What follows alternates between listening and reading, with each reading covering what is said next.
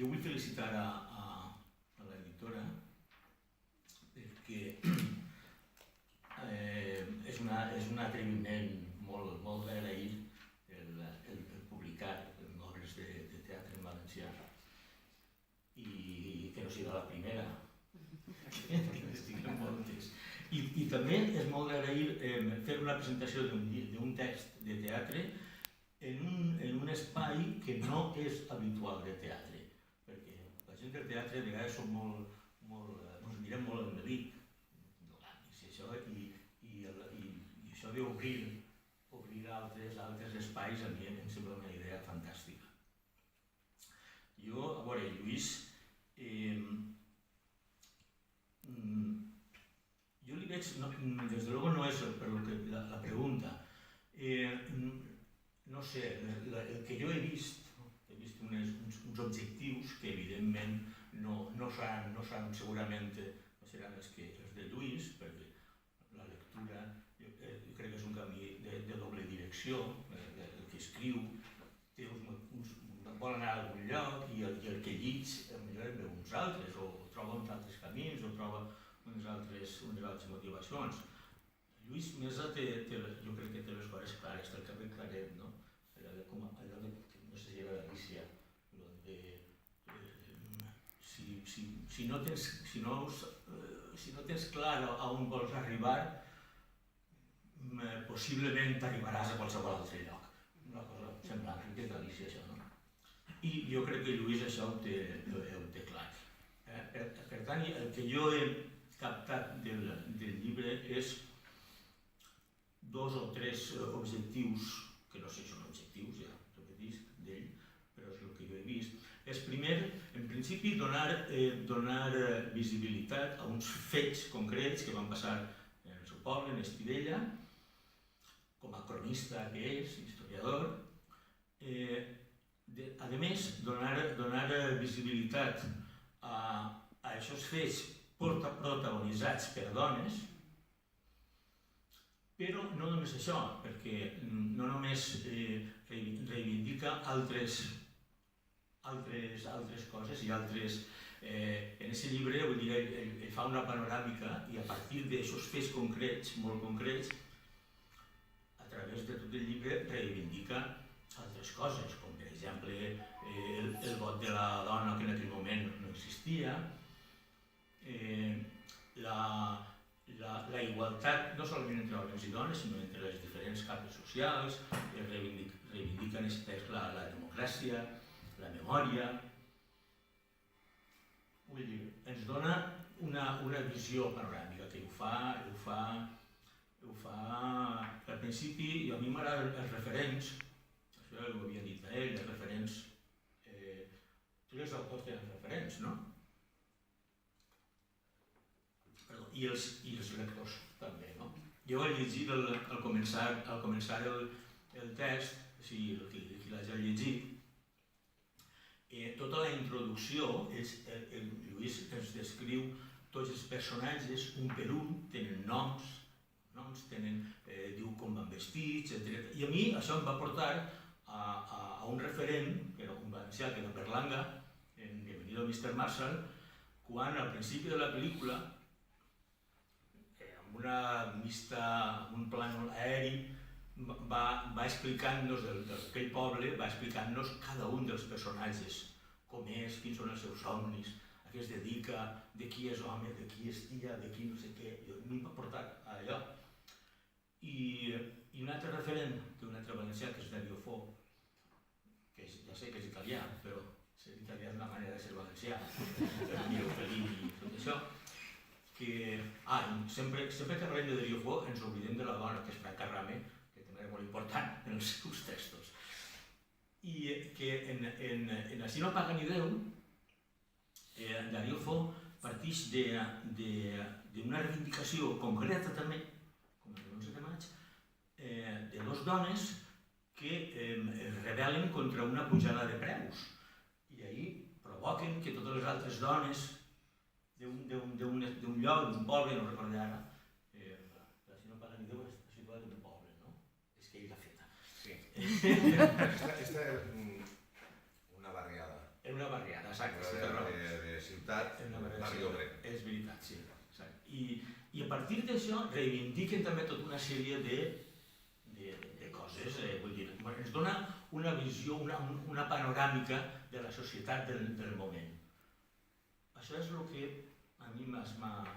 No sé, vos podem dir més coses si voleu. I tant, ara entrarem en més profunditat en el text, però després li preguntarem també si hi ha hagut d'aquestes fonts de Berlanga i de Darío Fo. Continuem presentant-vos als components d'esta taula. Tenim també entre nosaltres a Josep Manel Casany, és un actor polifacètic, molt conegut. Ha participat en innumerables projectes teatrals, però també en el cine, la televisió o en el doblatge. A més, ha exercit de director de teatre. Va ser finalista l'any 2017 en els Premis Max per la seva interpretació en Hamlet Canalla i com a actor de teatre ha treballat en importants companyies valencianes com el Vena Teatre o Moma Teatre, però sobretot en la companyia de teatre Micalet. Amb ell ha participat en alguns dels seus èxits més destacats, l'espectacle musical Ballant Ballant, en 2015, i també en una obra que ja s'ha convertit en tot un clàssic nadalenc, Nadal a casa Els Cupiello. En la televisió ha participat en diverses ficcions valencianes amb papers protagonistes en sèries històriques com Herència de sang, A flor de pell, també en sèries més recents com Negocis de família, Maniàtics. A més, cal destacar la seva participació en les sèries Unió Musical da Capo i en L'Alqueria Blanca. Josep Manuel ha interpretat alguns papers en sèries de televisió d'àmbit nacional, també com en Policías, en Antena 3, en El Comisario o Hospital Central en Telecinco. Sí, és fa posteriors, podríem continuar i estar així moltes més hores parlant del seu currículum, però millor que ara siga ell que ens expliqui realment la impressió també que li ha produït este llibre de Lluís Mesa. Bé, bona vesprada a tots i a totes. Encantat, primer que res, de participar en aquesta taula. Admiro molt a la moderadora, comencem per ell, el meu amic i també admirat Toni. I per circumstàncies s'hem conegut així per el diari, ens coneixíem i ens hem vist físicament avui per primera vegada. Igual s'hem creuat pel carrer però no... Hem estat junts físicament, però jo he estat fent funció i tu has estat veient-la, no? I un dia vaig llegir en el Llevant i que seguís perquè llisc el Llevant normalment també, això. I dic, ui, està parlant de Nadal a Esculpiero, està parlant de mi. I comença un poc la història de connexió i també d'admiració. I, bueno, l'editora, a part de que és la primera, que no sigui l'última, com deia Toni, un plaer enorme i una satisfacció que editeu teatre. O sigui, això és ja... Només no m'ho podem demanar. Sí. Molt bé. Enhorabona i agraït. Res, em va convidar Lluís a que participara. Jo no soc teòric ni res. Jo soc de dir el paper que m'aprenc. No soc autor i això, no? A vegades una miqueta sí, has de fer un poquet d'autor sempre, no? Però m'ha recordat això, m'ha recordat també llegint la funció, a part de que és donar-li veu a aquestes veus amagades, no? I personatges amagats, en aquest cas amagades, com la història ens demostra. M'ha recordat que jo soc d'un poble i he fet un viatge molt semblant, no? I això m'ha omplert, no? Com a lector en aquest cas, lector de teatre, que hi tenim una altra vessant, no? El que és llegir teatre i el que és representar-lo, que ja bé estava suggerint Toni. Després a l'hora de posar-la en escena, és inevitable pensar, quan estic llegint la funció, imaginar-me-la en escena, no?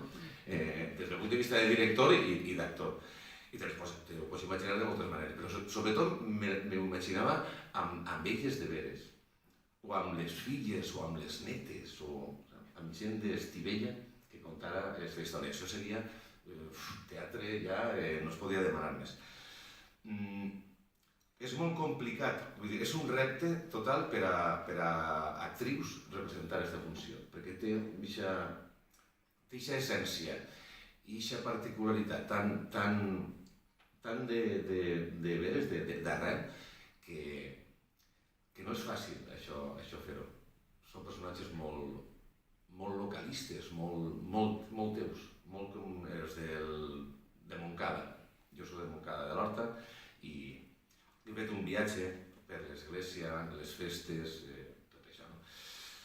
I bueno, no vaig a dir res més, després anirem parlant de més coses, perquè no vull tampoc avançar temes, però sobretot és una satisfacció i més que res una necessitat, que d'això parla també Toni, si no recordo mal, en el pròleg, que les coses no es fan per quedar bé ni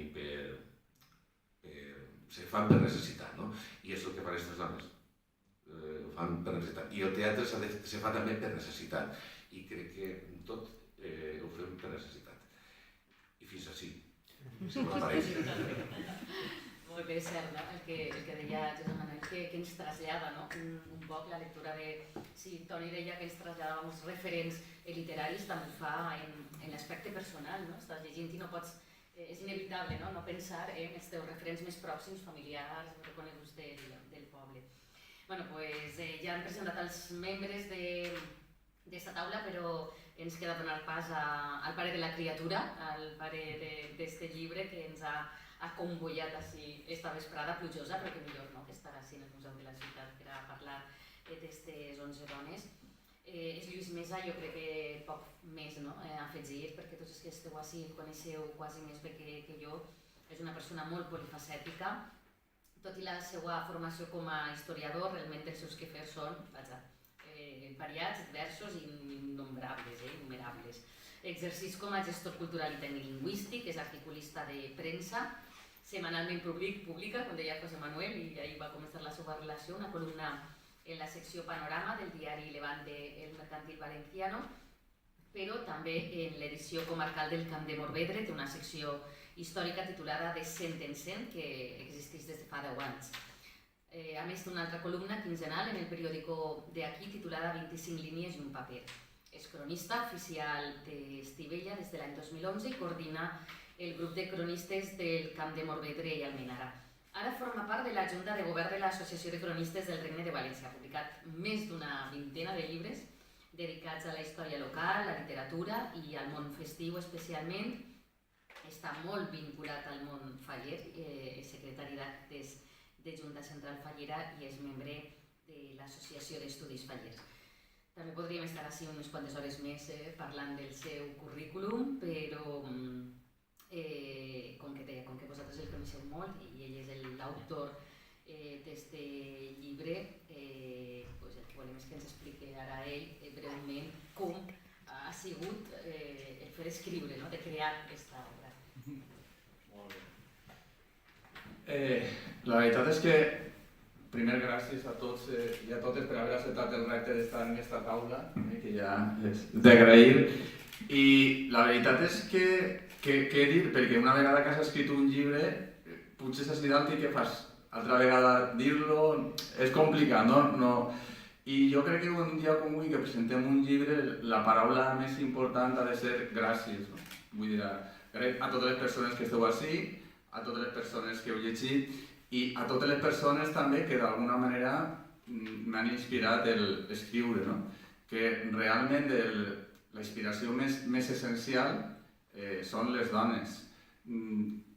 Jo, en una altra presentació, també dic un altre dia, en una altra entrevista, intento desfer un poquet el mite que tot i que ja saps Estivella, per això les paraules de Josep m'agraden molt, realment jo no aspiro a reproduir una història ni a fer d'historiador. Jo aprofito per un exemple que em resulta a mi pròxim per a realment denunciar una situació, denunciar o descriure una situació, que és de Montcada, que és d'Estivella, que és de València, de qualsevol barri. I això és un poquet quan jo m'he sentit, jo volia reivindicar aquest silenci tan gran, i volia fer-lo i no sabia com fer-lo, i la millor manera era a través d'un exemple que jo tenia. Simplement, aquest exemple podia haver sigut qualsevol altre. Així que el que sí que m'agradaria és que quan agafeu el llibre no l'agafeu pensant descobrir un poble, sinó descobrir vosaltres mateixos les vostres realitats, les realitats de les vostres iaies, de les vostres mares, no? D'això que vos han contat i que no sabeu. Això és un poc l'aspiració, perquè això podia haver sigut una novel·la i realment és un teatre. Jo no som escric coses de teatre, però un llibre és la primera vegada que publicava i realment jo és que tenia necessitat de publicar teatre, perquè jo, el desig meu era posar una gravadora a uns silencis que existien, i la novel·la que jo sí que he publicat altres novel·les, realment la novel·la no acaba de donar veu com jo volia donar veu en primera persona, i això és una miqueta el que he fet. Això és un poquet complicat. Jo també seguim, per exemple, la idea de Josep, que estava dient, diu, però les atrius és un poquet complicat, però realment és complicat perquè fer-ho senzill, que aquests personatges són senzills, és el més complicat del món, no? Realment. I, clar, trobar-se per a reflectir un paper d'estos és complicat. De fet, a mi com a tècnic, per exemple, també m'ha costat, perquè jo hi ha moltes frases que potser no les haguera construït d'aquesta manera. O hagueren sigut més acurades, saps? O en un lèxic més ultracorregit, no? Però jo pensava que realment, si jo volia reivindicar aquest estil directe d'aquestes dones, doncs havia de cedir d'alguna manera, no? No el registre totalment, però sí que rebaixar. I això sí que ha sigut un debat intern que jo he tingut, no? De dir, no, frenar-me, torna a reescriure aquesta frase perquè aquesta frase és teua, no és d'elles, no? I clar, aquesta és la màgia que te permet el teatre, cosa que la novel·la que te descriu i t'obre les portes a molts mons, no? I a moltes perspectives, però el teatre realment és que és màgic, no? Jo hi ha també un argument que comentaren Toni i jo, i és que també he de pensar que el teatre és clar que és per a representar-lo, i tots gaudim de representar-lo, però jo us preguntaria quantes obres de teatre heu llegit. Novel·les, moltes, però es costa no per res, sinó perquè preferim agafar una novel·la, no? I potser necessitem llegir més teatre, i també que es cree més teatre no sols amb l'objectiu de representar, que està molt bé, sinó amb l'objectiu de llegir, perquè és una part de la literatura, no? Sí que llegim el teatre dels clàssics, però potser el teatre actual preferim anar al teatre, que hem de continuar andant i anant més al teatre del que anem, però també hem de llegir, no? I un poquet d'aquestes són les idees, no sé, encara també parlant de Carmen, no? Que la veritat és que la iniciativa de l'editorial, com ella ha dit, és una editorial jove, però que està oberta a noves perspectives, no? I que haig de pensar precisament en el teatre, no? Una editorial jove i potser altres consolidades encara no han agafat aquesta línia, no? La veritat és que és d'agrair, no? I que haig de comptar amb mi també, no sé. I he dit que no anava a dir res més, però veig que m'estic embalant a dir més coses i no sé, ja us he dit, la paraula gràcia és que és important que descobrim les veus amagades, si es quedem a l'idea de descobrir les veus amagades, potser és una obsessió meua sempre, tant com a historiador, com a novel·lista, quan tot, sempre la situació de les dones, no sé per què és una cosa que em pilla molt de prop, no sé, entén o simpatitza o sintonitza molt en aquesta reivindicació i això d'alguna manera apareix així. Això és una lluita passada, una situació passada, però també hem de mirar la perspectiva del present, perquè moltes d'aquestes situacions que apareixen així no estan tan llunyanes en l'actualitat i fins i tot en les nostres cases, algunes d'elles. Per tant, agafem el llibre en aquest sentit, amb la idea que llegint el llibre pense que puguem apujar una miqueta el volum de tot allò que hi ha amagat en la societat. És un poc la idea. Jo com a dona d'estero que no com és que agrair-te, no? Que amb aquest llibre hagis visibilitzat, no? En aquest cas, a aquest grup de dones valentes, no? Que en el seu dia fa més d'un segle, van fer aquesta revolució en Estivella, perquè, com tu dius, no? Són temàtiques que encara en el segle XXI estan presents i encara fa falta, no? Que es visibilitzi el paper de la dona. I tu, com dius, estàs molt involucrat en este assumpte i està agraït. Ho ha tret Toni ja Lluís ara mateix, però la primera pregunta volia llançar-te si està de moda o no la lectura de textos dramatitzats. Està de moda. La veritat és que no em cau massa simpàtica aquesta paraula.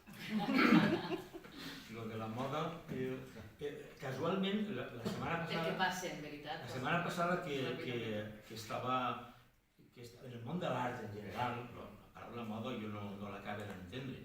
La setmana passada que estava celebrant-se el festival a València, vaig veure un espectacle que no m'ha agradat gens ni miqueta. Em va parèixer una cosa espantosa, antiga.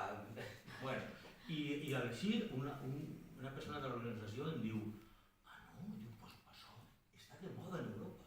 Això és l'últim grito en Europa. I jo vaig dir, però l'art, els creadors segueixen modes? I jo pensava que era al revés, no? Que en tot cas, i tampoc ho tinc clar, en tot cas, creen tendències i tal, però són ells que creen moda. Un creador no segueix modes, no? Per tant, no està en moda. El que sí que és, ja ho he dit també, és necessari. Això sí, és necessari. És necessari llegir. Jo crec que, a més, la lectura té un avantatge. Bueno, també la lectura de teatre, també la novel·la i la poesia, qualsevol cosa, no? Però el teatre, que és el nostre, doncs potser ho veig més, no? En una representació, tu com a espectador tens una única oportunitat de veure què passa, de sentir els diàlegs una única vegada, una frase, una paraula, el dia que Casany està inspirat tan boba, un dia que li fa mal el cap, potser el despista i una escena te la perds, o la diu en veu baixeta i te la perds, però evidentment té la màgia de l'ocasió única. Però la lectura, en això, té un avantatge, i és que tu pots tornar darrere, pots parar, pots dir, vaig a rellegir, això no m'entens, i entendre i captar altres coses, altres idees. Quina Maria era esta? Claro, quina és? Bueno, això és una cosa que jo quan vaig començar a llegir les escenes, dic, esta és plana entrada, a veure qui són estes. Estes tres que estan així, sí, una és dos són germanes i tal, i la lectura té aquest avantatge, i això està molt bé també, perquè és necessari llegir. Per tant, podem dir que el teatre no només és per a representar, sinó que també és per a llegir. Sí, absolutament. Tinc més coses sobre això, però... Sí, continuem, a més, que vull dir que podem participar tots, i no és... A veure, normalment llegir teatre es llegeix ben poc, això és evident. Els professionals fem més allò de les lectures dramatitzades, perquè les lectures dramatitzades serveixen... Jo feia en una sala Moratín, que ja no existeix, fèiem unes lectures i les participat, evidentment, que es deia Babilònia, i fem el que es deien semimuntatges, que era fer una lectura d'un text, no com algunes lectures que es fan, que també estan bé, evidentment, que es posen uns actors i unes actrius i... Però s'insinua una posada en escena. Però ells insinuen una posada en escena en 4 elements escenogràfics, i això serveix per a que els professionals vegin la possibilitat de això estaria ben muntat, o veure que allò no funciona. Això és interessant. Però també és molt interessant, seria molt interessant una cosa que no es fa, crec jo, igual que m'ho digueu i m'alegraré, el llegir teatre, la gent juga, per exemple, en els centres d'ensenyament, és una manera de fomentar la lectura, que els alumnes i les alumnes facin lectures dramatitzades, encara que sigui només interpretant, llegint els personatges. És una manera de que ells es preparen, facin la lectura conjunta, no solitària en casa. És una manera de fomentar també la lectura. Vull dir que la lectura és important. Perquè tu també penses, José Manuel, que es llig poc teatre? Sí, es llig poc teatre, però també entenc, perquè el concepte és, des del punt de vista d'espectador o de persona en la vida, el teatre és per a ser representat. Aleshores, jo crec que n'és en la poesia o en la novel·la, i està en un món i l'altre, però no està renyit, vull dir, jo he disfrutat llegint teatre i no representant-lo, moltes hores jo l'he llegit, les he disfrutat i no les he representat necessàriament. I després també, una de les coses que s'està fent, a part de lectures dramatitzades, és també, s'està utilitzant molt també per a donar a conèixer noves dramatúrgies, i això és interessant, perquè tot el que s'escriu no es pot representar a nivell tant a nivell amateur com a nivell professional. Hi ha molt de material, no? Però és donar també a conèixer, diguem-ne, físicament, una lectura dramatitzada te la llegis jo. Aleshores ja té aquesta part teatral, i això és interessant també, que és el que està utilitzant. I sobretot, per a llegir teatre, o per a fomentar el teatre, no la lectura, és molt important la base, que els xiquets i xiquetes llisquen teatre en l'escola. A Anglaterra tots han conegut sempre Shakespeare, des de fa molts anys, totes les generacions. I així no s'ha arribat a això. Se coneixen referents, diguem, del territori o a nivell estatal, no se fa. Mira, parlant del Darío Fo, el Si no es paga s'ha acabat, o el Si no paga ni Déu, és una de les obres que s'ha llegit en els instituts. Jo sempre que l'he representat i hem vingut instituts a veure la funció. I ha hagut una interactivitat, una didàctica molt interessant, perquè després han dit, ostres, de lo que jo he llegit al que he vist, no? I això és molt interessant, i això te fa, pom, t'atrapa. No es llegeix molt i hauria ser això, és necessari. I què vos sembla que... És el perill del teatre, és el perill del teatre. Que t'atrapa, acabar atrapant-te. I el fet que siga una obra amb personatges exclusivament femenins, jo posa davant de... Sí, és curiós, a més, perquè els homes no apareixen mai en escena, en les 11, són referents, són ruïns. Només, l'única vegada, o no sé si és una escena o dos, però una segur, que apareixen els homes és des de fora. Veu en off. Veu en off, des de fora, i són els dolents i això. I, bueno, clar que és important, vull dir, els protagonistes, és important, clar que sí, a més, així, qui han de ser els protagonistes, si no les dones. No sé, potser si Lluís s'hagués decidit a escriure alguna escena amb els homes en escena, potser no hauria pogut evitar donar-los més protagonisme, però no tocava. O sigui que ben fet això. Doncs vinga, anem a preguntar-li a l'editora també. Lluís Mesa forma part de l'equip d'autors de l'editorial. Parla'ns una miqueta dels llibres que ha escrit per a Ardena i també la qualitat que destacaries de Lluís Mesa com a tècnic lingüístic i com a escriptor. Bé, doncs...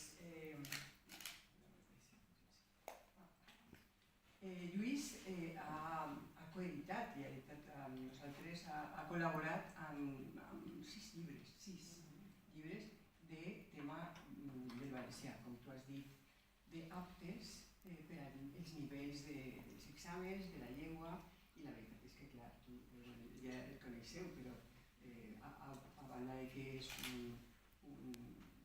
gran col·laborador, com te pots imaginar, jo destacaria d'ell moltes coses. Ja ho sabeu, jo tampoc estic així per a dir res nou, però sobretot és una persona, a part de la cultura lingüística i de la cultura popular lingüística, que jo crec que és molt important. És una persona molt empàtica, és una persona que sap molt, que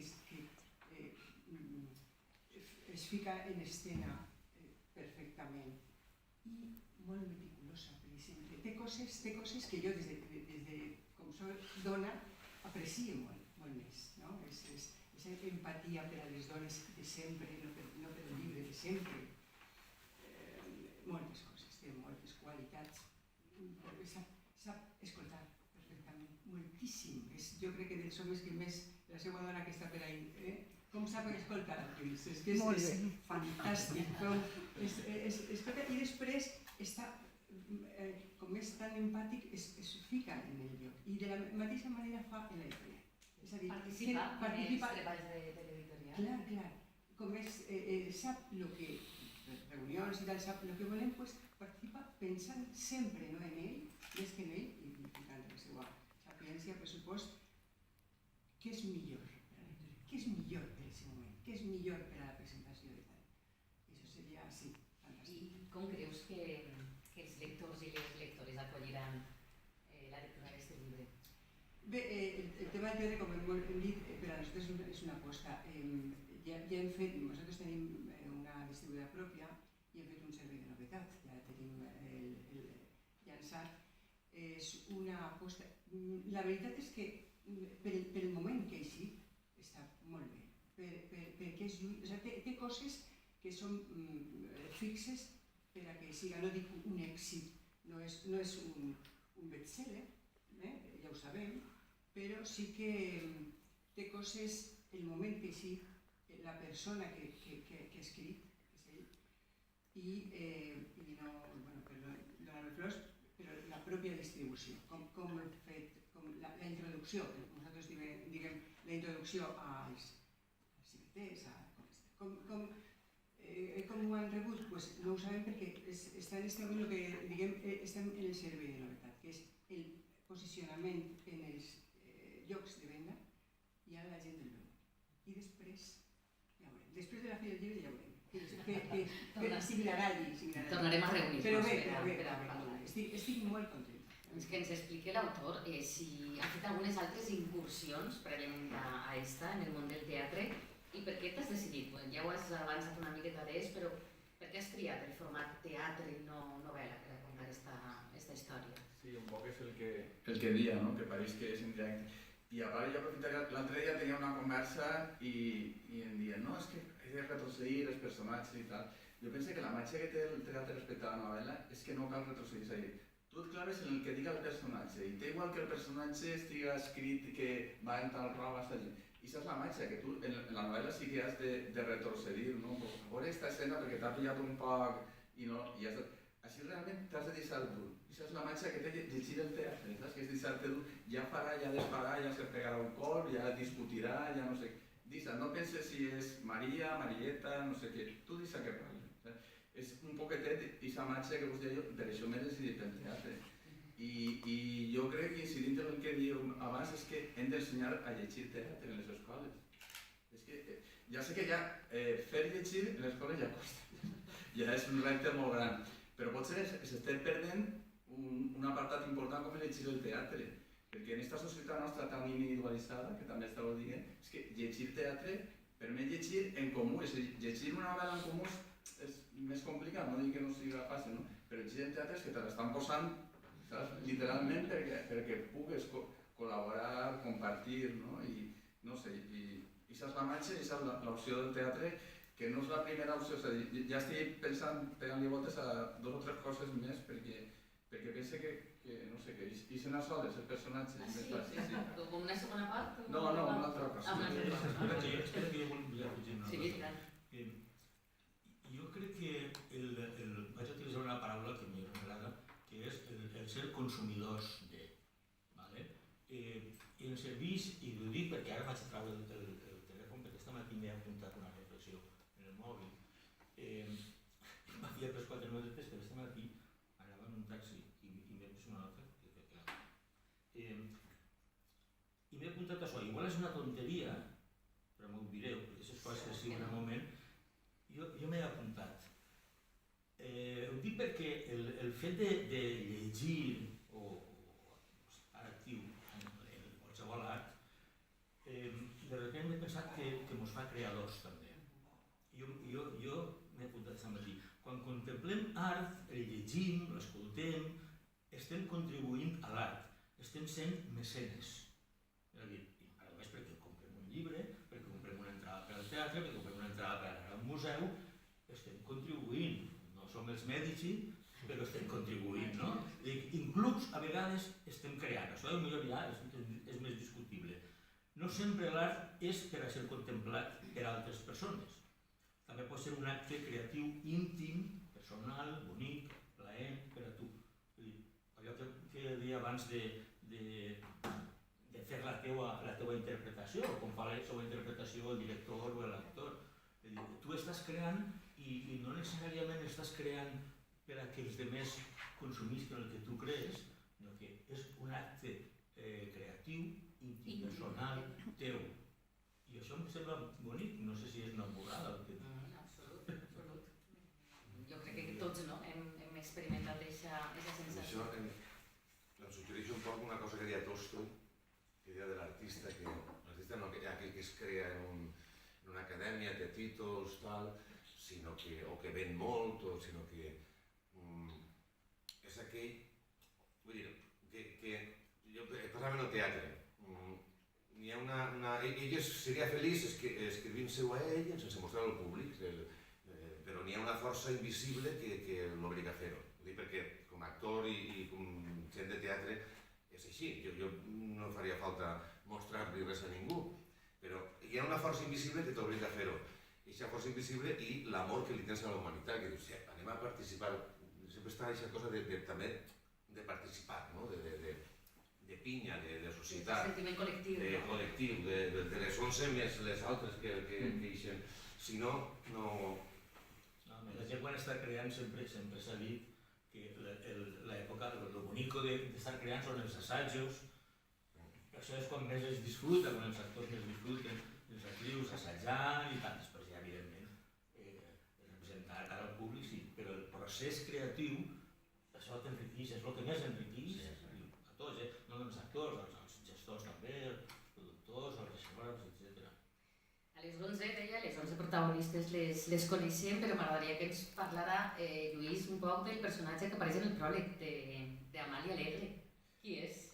Bé, la veritat és que les coses a vegades venen a soles, saps? Perquè precisament a punt d'editar el llibre me telefonaren dos persones de Barcelona que estaven fent un treball sobre la seva avellalla. I la seva avellalla, curiosament, era d'Estivella, i era Amàlia Alegre, però havia fet la seva vida a Barcelona. Jo Amàlia Alegre com a nom sí que la coneixia perquè en la història apareix com la persona que encapçalà la revolta de consums en l'any 18 a Barcelona. I jo tenia a part la imatge d'una revista de l'època que està aquesta dona amb una pancarta.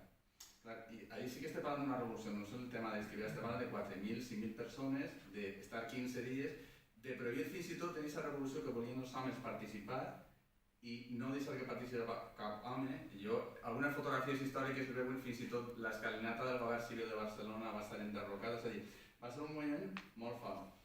Però aquesta dona no sols havien perdut que era d'Estivella, perquè en cada lloc apareix, sinó que damunt va ser silenciada per les mateixes dones també, perquè ella era republicana, però en un moment determinat aquest moviment és controlat pels sindicats, per les dones sindicalistes.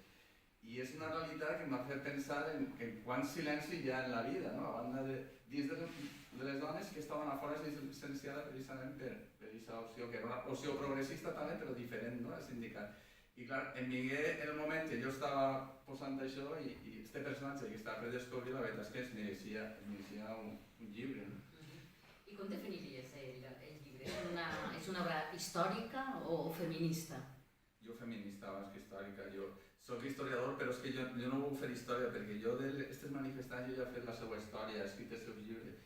Jo no necessitava, l'únic que és el recurs, com qui en casa té un recurs i l'aprofita, no? I realment, per a mi és una obra feminista, no? Jo puc declarar feminista en el sentit que reivindica la dona en tots els àmbits de la vida, no? Perquè és l'única manera d'entendre's els homes, reivindicant a les dones acaben d'entendre a nosaltres mateixos. Però també històrica perquè es conta el que va passar. Sí, però vaja, que és que este esdeveniment té la sort que podem contar-lo, però a mi em preocupa tots els que no podem contar, que pot ser que a Montcada ha passat una història pareguda, perquè, o jo que sé, a Vinalès, a Cullera també, però aquesta història no apareixerà. De fet, aquesta història, tot i haver tingut un final feliç, no era recordada per ningú, és a dir, no presumiren aquestes dones després de dir, mira, nosaltres guanyarem. El silenci sepulcral, com tants silencis que s'han creat al llarg de la història. I el poder del teatre és que és tan gran per a donar volum a qualsevol cosa que hem d'aprofitar-lo. Penseu que la veieu en els escenaris, Josep Manuel, també, esta obra?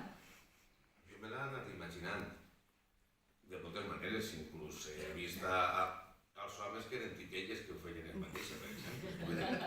No sé, fent veuetes i eren que no anem a obrir, que no sé. Me l'he imaginada també amb la tècnica d'avui, amb molt de... perquè es parla molt de fora, de molts espais, no sé, però me l'he imaginava fent un bombardeig ahir d'imatges de la plaça, de tal, la música, l'assatgeria, no sé, la taverna, bueno, a part de... va passant per molts llocs, no? I diferents mesos que faig una... Cada escena és un mes, i sí, me l'he imaginada, però bueno, jo no puc dir molt més, però inevitablement me venen imatges. Però És jo parlaré des del punt de vista del productor.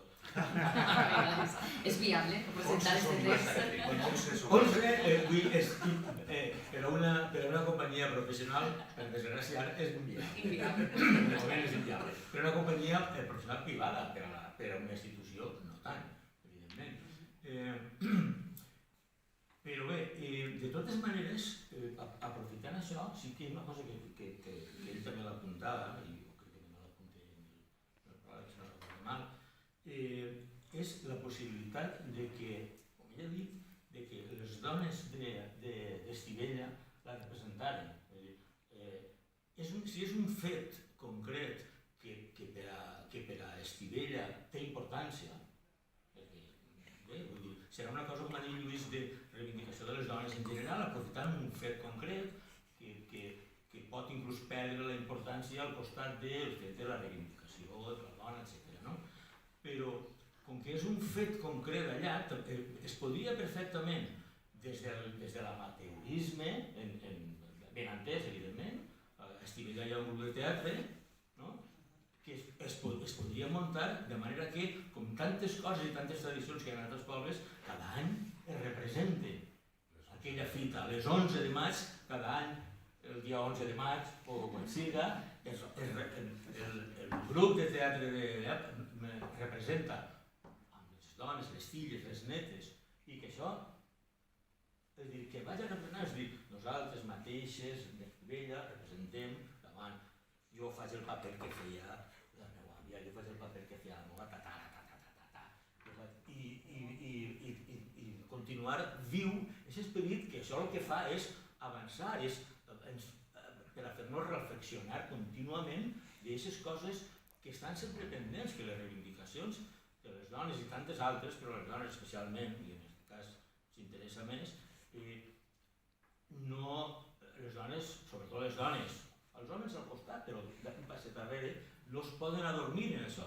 I la lluita de conquerir o reconquerir drets és de les dones, i això no es pot deixar, no es pot descansar, no es pot respirar ni un minut, perquè si no, vull dir, no res, pom, és que es dona un pas avant i tres darrere, contínuament. No és mala idea, que ha llançat a mi. Sí.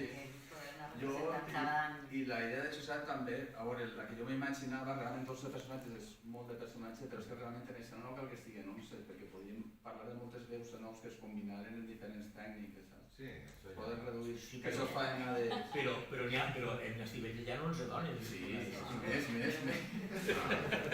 Doncs, si voleu, abans de donar pas al públic, perquè llavors si també té alguna pregunta o alguna reflexió a fer sobre el llibre, m'agradaria preguntar-vos a vosaltres amb quin personatge femení de les 11 vos identifiqueu més o vos agradava més de les 11. Jo, la veritat és que totes fan un, perquè i a més és el complement, si està la negativa o la por, la que més porta, i la més valenta, la que té por també fa reflexionar a la més valenta, i viceversa, no? I se van animant i fan, va, i jo no me quedaria en cap. Sempre n'hi ha la de la taverna, m'agrada, que és, perdoneu, però és que el nom se'm embarca, no? Rosa, no? Rosa. I després la dona que vivia en l'aldea i tal, també té la seva gràcia, i la més valenteta de totes, que, bueno, jo no me quedé amb ninguna en concret, la veritat. Amb totes. Crec que totes fan Sí, una una... coral. És una obra coral i a més, vull dir, si jo mateix ja dic, m'identifique amb la líder i tal, ja està l'home identificant-se amb la líder. Això sí, inevitablement jo he pensat molt en ma mare, llegint-la. Molt, perquè la història d'ella, la mare encara viu, té 87 anys ara, i ha sigut una dona que la veia, que difícil ho ha tingut també, que difícil ho tenien entre elles també, perquè entre elles ho tenien complicat. aquestes dones, però, ostres, sempre he dit, és que igual jo és que no tenia que haver nascut en la meva època. No dic mai que és una avançada, tampoc ho vull dir perquè era molt modesta, molt.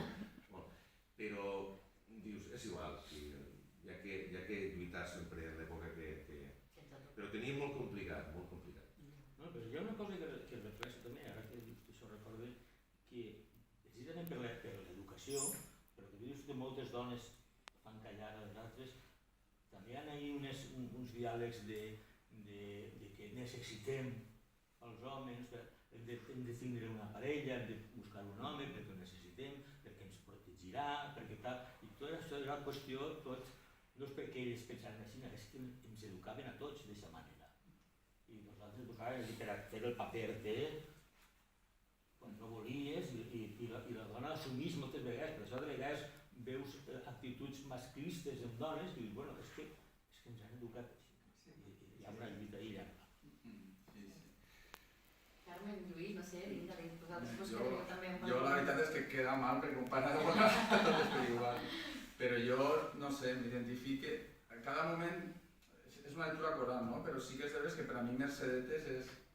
També és de veres que Mercedetes és reina meua, vull dir, perquè jo curiosament, ma casa està paret en i se fort, no em va passar tot, no? I a l'altra casa és la de Mercedetes, no? És el personatge que el trobo jo, perquè la joventut al final és la que pot canviar les coses i Mercedetes representa, no, cadascuna representa una cosa i tot està bé, però Mercedetes representa aquest esprit jove, no? De que es despulla sense por, que s'enfronta a sa mare, no sé, d'alguna manera jo me l'ha cridat molt, com me l'ha cridat al costat de casa. No sé, per proximitat, sí. Carmen, no sé si Jo podries dir alguna cosa. no sabria dir. M'agraden totes en la seva mesura. És una cosa. Sí, cadascuna d'elles, no? Sí, te vas enamorant i te sientes, jo m'identifique con totes, en un moment determinat. Sí, en un moment. Segons la situació. Sí. Doncs no sé si voleu dir alguna cosa més, afegir, o podem obrir un torn també de reflexions i de preguntes al públic que ens acompanya. Algú s'anima a fer alguna pregunta, algun dubte, alguna reflexió? Si l'heu pogut llegir o si us ha despertat curiositat algun aspecte concret que voleu, ara que teniu l'autor així, que el puga resoldre. Això és el moment perquè ara tot està dit, mare meva, ara em pregunten i no sé què dir, l'he de llegir, ara sí que l'he de llegir perquè avui m'han pillat. No sé. Pues jo diré Clar. una imatge que ja li havia comentat a Lluís. Està escrit en diàlegs, el diàleg és per la base del teatre, sobretot, sense desmereixer els monòlegs, evidentment, que són necessaris moltes vegades, encara que a vegades llitges obres que són monòlegs i que a vegades penses si no serà causa d'alguna incapacitat per a construir diàlegs, que no és gens fàcil. Però bé, està construït en diàleg, això és important. Escena per escena va afegint informació fins que arriba al desenllaç. I a mi una altra imatge que em venia era d'aquestes manifestacions que tots heu vist en el cine, d'una manifestació que avança i que pels cantons va sumant-se gent i van sumant-se arguments i persones i tal i arriben al desenllaç, no? Aquesta imatge també anava creant-se en el meu cap tal com anava avançant perquè ara parlen estes, ara en un altre espai, com deia Casany, en un altre espai unes altres dones, parlen de lo mateix però avancen més informació, van sumant-se, vas coneixent. És una obra en la que són tot diàlegs i pràcticament no hi ha monòlegs. Exacte, no hi ha monòlegs, no hi ha cap monòleg. Si haguera escrit algun home segurament també haguera fet un monòleg. Ben llarg. Però són diàlegs, és la gràcia del teatre, és la gràcia del diàleg, perquè si no és una novel·la. Jo, mira, una cosa que crec que, no sé si l'has preguntat, tu has dit d'on bevia, no?, les fonts. Sí, que havia estat... La font berlanguiana per a mi és molt important, no?, perquè aquesta manera de dir les coses de la vida, per molt dures que sigues en sàtira, jo he intentat traduir-la, perquè els diàlegs, la veritat és que estan, bueno, a mi em pareix, pot ser que no, però jo he intentat impregnar-los de sàtira, no? Aquestes contestacions, aquestes dobles frases, aquesta manera de ser, no? No sé si és perquè també la meva influència fallera, i jo sí crec que les falles és per la sàtira que tenen les falles, també m'ho ha traduït així, no? Per Berlanga al cabo de la fiquera, el faller major, i aquest faller major que el falta, no? Sí, sí. Hi ha una cosa que vull afegir, que per el que has dit tu abans del nivell de llenguatge i això, que tu has dit, rectifica aquesta frase que és meua, no és d'ella. Hi ha una cosa important que a mi em trau d'un espectacle, que no només en valencià, en castellà també, quan els personatges estan escrits i parlen com si foren acadèmics de la llengua, de qualsevol llengua, no? I la meva opinió, sense fer incorreccions, han de parlar, sense fer incorreccions, en castellà no fan incorreccions, evidentment, però tanmateix tots acceptem que en un espectacle en castellà es parli d'una manera més col·loquial, sobretot si és una cosa folclòrica. Si parla en andalusa pot dir he venido i no passa res. Si en valencià algú diu he pegat una pedrada, que es diu pedrada. A veure, els personatges que estan dalt de l'escena han de ser creïbles. I hi ha vegades que no només el lèxic que utilitza, que a vegades dius és que és un personatge que és una dona d'Estivella i parla com si fos la presidenta de l'acadèmia. El nivell de llenguatge no és... El personatge ha de ser creïble. Ha de ser creïble. Això és important, això està bé. El que normalment fem a l'hora de fer un text, sobretot si és de fora, francès, anglès, nord-americà, tractar d'adaptar-lo així, i després d'així a l'estatus dels personatges. No parla igual Nadal a Cascopielo, família buscant-se la vida tots, no tenim un duro, no és el mateix que el Temnius Conway, que és una família o no sé, una altra, que són una família d'editors, no? Tenen un nivell cultural que el llenguatge no és el mateix. Si no, de sobte dius, ui, això no me quadra. Sí, això és important. I així està. Inclús de vegades està com diu, ui, està... Crec que ho has deixat molt equilibrat, en aquest sentit. Jo també, ara que parlem del tema, està molt ben ajustat per a mi, el llenguatge, me'l crec. S'ha notat la influència del mestre de valencià. No, però és important perquè també és que podem caure a l'altra part, també. A que siga massa dir, no, espai perquè hem de recuperar que el meu besavi deia magatzem.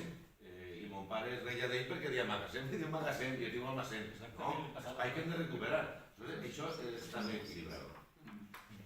Jo sí que el llenguatge, per exemple, jo quan escric intento no ser molt reiteratiu en determinats adjectius, però jo quan escriu una frase que és que aquesta persona de segur que no tindria una gran riquesa de vocabulari i tindria necessitat de repetir a la quarta línia la mateixa. I això m'ha fet retrocedir, saps? Havia buscat ja un sinònim i dir no, vaig a posar la mateixa perquè aquest personatge segur que la repetiria, saps? Perquè no tenia tampoc un bagatge gran, no? De totes maneres, encara que ho hagués escrit en un llenguatge més estàndard i tal, també passa una cosa, una obra de teatre es munta en qualsevol altre lloc, no és el mateix muntar-la en Alcoi que en Madrid que en Amposta, no? I sempre, almenys jo penso que s'ha d'adaptar, s'ha de fer una adaptació una miqueta, això tens l'estàndard i fas una adaptació al teu espai, a la teva ciutat, al teu país, al teu territori. Alguna aportació més? No s'anima ningú del públic a fer cap comentari, ni cap pregunta ni reflexió. Aleshores donem per acabat aquest acte. A mi m'agradaria dir una cosa, perquè estem parlant de feminisme i jo crec que i de teatre, no? En general. Les veus amagades han estat amagades, jo les he fet una funció. A veure, la dona sempre ha estat present, és com que s'ha escrit sempre més teatre per a homes, històricament no podien ni actuar, però el teatre ens dona, bueno, acabaré dient això. Estic fent una funció ara que es diu Tu mano en la mía, en castellà, la teva mà en la meva, la vaig estrenar el divendres a Alacant, que és sobre Txékhov, estic fent de Txékhov, i Olga Niper. I qui?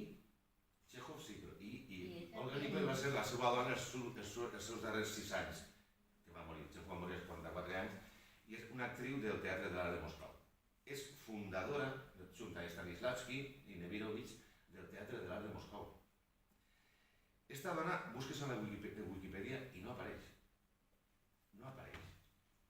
I ha sigut, ho dic, i és la que, gràcies a ella, Txékhov va escriure les 2 últimes obres, El jardí de les cireres i Les tres germanes. Txékhov, com a autor teatral, igual no haguera sigut tan famós o haguera sigut universal com ho ha sigut, com a autor de contes, de literatura sí, però molt important. Darrere de Darío Fo, com estava dient Toni, està Frank Carrame.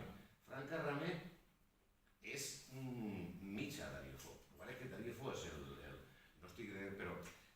I després n'hi ha una altra cosa, que és que el teatre, l'art, ens permet que les dones també puguen assumir personatges masculins i els actors puguem assumir personatges femenins, ficar-se en l'ànima dels personatges. Jo he fet 7 reines per a Arden Teatre en la sala Rusafa i he fet de la Maria Estuardo amb americana i corbata, però jo m'he ficat en l'ànima de Maria Estuardo.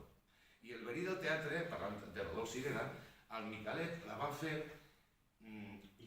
Pilar Almeria i Cristina García com a marquesa. Vull dir, està escrita per a un marquès i un actor, però no necessàriament ha de ser un marquès i un actor, perquè de vegades és que pot fer assumir-la una marquesa. I això moltes vegades no s'ho mirem, no?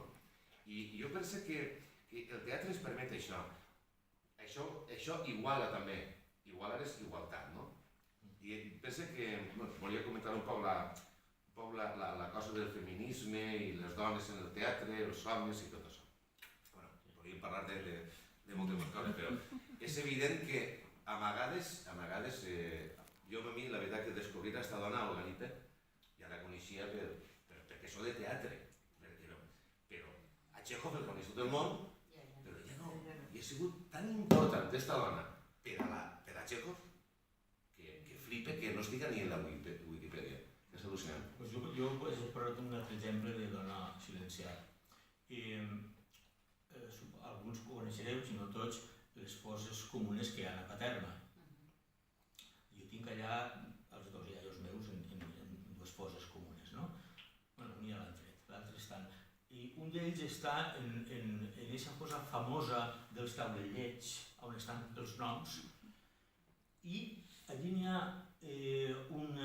un dels assassinats que es diu, no recordo ara el cognom, es diu Antonio, no sé què. Bueno, no és Antonio, és Antònia. Per què? Doncs perquè els obrers que estaven confeccionant els taulellets pintant van veure Antònia i van dir, oi, si heu posat Antònia, serà Antonio. I van posar Antonio, ja està. Vull dir, què passa? Caram, doncs amb aquestes històries que ens han contat Toni i Josep Manuel, tan impactants, posem el punt final a aquesta presentació de les 11 de maig. Vull agrair a les persones que han format part d'esta taula, Carmen, Toni, Josep Manuel, Lluís Mesa, la vostra participació en ella, també el públic que ha vingut avui a estar present en esta presentació. Esperem que hàgiu estat còmodes i que sobretot que us hagin entrat moltes ganes d'agafar entre les mans les 11 de maig i llegir-lo o rellegir-lo si algun ja l'ha llegit. No us oblideu que cada vegada que obrim un llibre donem pas a la imaginació, ens permet entendre la vida d'una altra manera, ens permet créixer també personalment i que el desig que volem que isca avui d'ací és que no deixem mai de llegir. I m'hi agrada el teatre. Gràcies per haver estat ací i ens trobem.